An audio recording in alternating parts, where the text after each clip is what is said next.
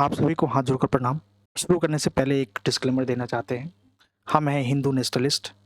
हम एक पार्टी के समर्थक हैं और हम उन सभी पार्टियों के समर्थक हैं जो संविधान के दायरे में रहकर बिना भेदभाव किए भारतीय संस्कृति की रक्षा करते हुए इस देश को चलाना चाहते हैं, जो इस देश को चला रहे हैं और जो इस देश को चलाने की मद्दा रखते हैं। कुछ दिन पहले पटना में एक सभा हुई।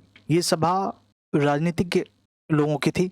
जो राजनीतिज्ञ लोग विपक्षी पार्टियों से संबंध रखते हैं, ये वो लोग हैं जिनकी नैया डूबती हुई दिख रही है। कहने के लिए इनको देश को बचाना है, पर ममता दीदी को बंगाल में अपनी सत्ता बचानी है, नीतीश भैया को अपनी लाज बचानी है, लालू जी जो कि सजा याफ्ता हैं और अभी अभी जेल से छूट कर आए हैं, उनको अपने सुपुत्रों के लिए भविष्य बनाना है। शायद हो सकता है वो वापस वही राज लाना चाहते हों जिस राज को याद कर कर रोम रोम सिहर उठता है, यानी कि जंगल राज। सर जी को अध्यादेश के खिलाफ समर्थन जुटाना है।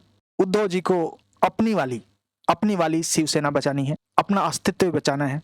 कांग्रेस हमेशा की तरह युवराज को भारत का प्रधानमंत्री देखना चाहती है। सबका अपना अपना एजेंडा है, लेकिन इसके बीच में सिर्फ एक आदमी खड़ा है दीवार बनकर, और वो है ये नरेंद्र दामोदर दास मोदी। एक समय था जब लोग राजनीतिज्ञ से नफरत करते थे, सभी राजनीतिक लोगों को गाली देते थे, और ये लोग कोई प्लूटो ग्रह से नहीं आए थे। ये लोग वही लोग हैं जिनके कृत्यों के चलते लोगों को राजनीति से नफरत हो गई थी, जिनके कृत्यों के चलते लोग राजनीतिज्ञ को गाली देते थे। वो दौर था जब राजनीति को एक बिजनेस माना जाता था, अभी भी माना जाता है, और ये बिजनेस खानदानी बिजनेस माना जाता है। आप कुछ विपक्षी पार्टियों को उठा के देख लीजिए, आपको खुद ब खुद आभास होगा कि ये एक अपना खानदानी बिजनेस, फैमिली बिजनेस चला रही हैं। फिर एक समय आया 2014 का, जब सत्ता परिवर्तन हुआ और सत्ता पे काबिज हुआ ये इंसान, और सबके कानों में ये आवाज सुनाई पड़ी, मैं नरेंद्र दामोदर दास मोदी। इसके बाद राजनीति का परिदृश्य बदला। राजनीति का कंसेप्ट जो लोगों के दिमाग में था वो कंप्लीटली बदल गया।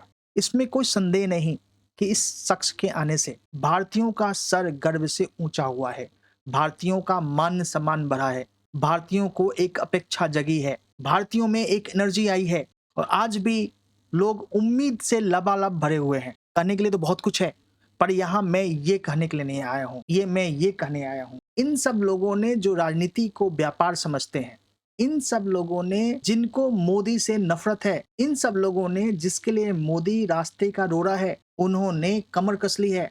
तो भैया तुम लोग क्या देख रहे हो? अगर उन्होंने कमर कस ली है और अगर आप इस चीज का समर्थन करते हैं कि देश का भविष्य उज्जवल हो, और आपको विश्वास है उस शख्स में जो सही रास्ते पे चल रहा है और देश के भविष्य को उज्जवल करने के लिए दिन रात एक कर रहा है, तो आपका क्या कर्तव्य बनता है?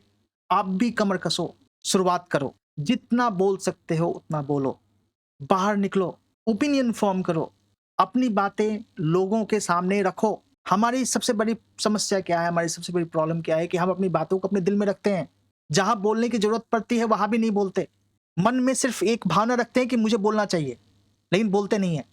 जैसे बोल सकते हैं वैसे बोलें, जिस तरह से बोल सकते हैं उस तरह से बोलें, चुप ना बैठे, क्योंकि आज अगर चुप बैठोगे तो बाद में अपनी पीढ़ी, आपकी पीढ़ी आपको कोसेगी। आपके आंखों के सामने अगर ऐसा हुआ जो आप नहीं चाहते तो आप अपने आप को कोसोगे। तो क्या करना है? बोलना है, बाहर निकलना है, लोगों के सामने विचार व्यक्त करने हैं। जो लोग मैनिपुलेट हो सकते हैं उनके दिमाग को क्लियर कीजिए, उनके आंखों के सामने से बंधी हुई पट्टी को हटाइए, जात पात भेद भाव को मिटाइए, आगे बढ़िए, अपने देश के तरक्की में जितनी मदद कर सकते हैं उतनी मदद कीजिए। हमने तो सोच लिया है, हम बोलेंगे, जितना हो सकता है बोलेंगे, इस चैनल के माध्यम से बोलेंगे, अपना समय निकाल कर बोलेंगे, कोशिश करेंगे अपनी बात आपके सामने रखने के लिए, कोशिश करेंगे कुछ पॉजिटिव सामने लाएं, कोशिश करेंगे कुछ निगेटिव चीज सामने लाएं, लोगों को बताएं, लोगों की आंखें खोलें, मेरा जो ओपिनियन है लोगों के सामने रखें। तो चलो एक शुरुआत करते हैं, यहां से शुरुआत करते हैं, अपना कार्यक्रम शुरू करते हैं इस चैनल के माध्यम से। इसी के साथ जय श्री राम। आप सभी सुखी रहें, स्वस्थ रहें और अपना पताका हमेशा फहराते रहें।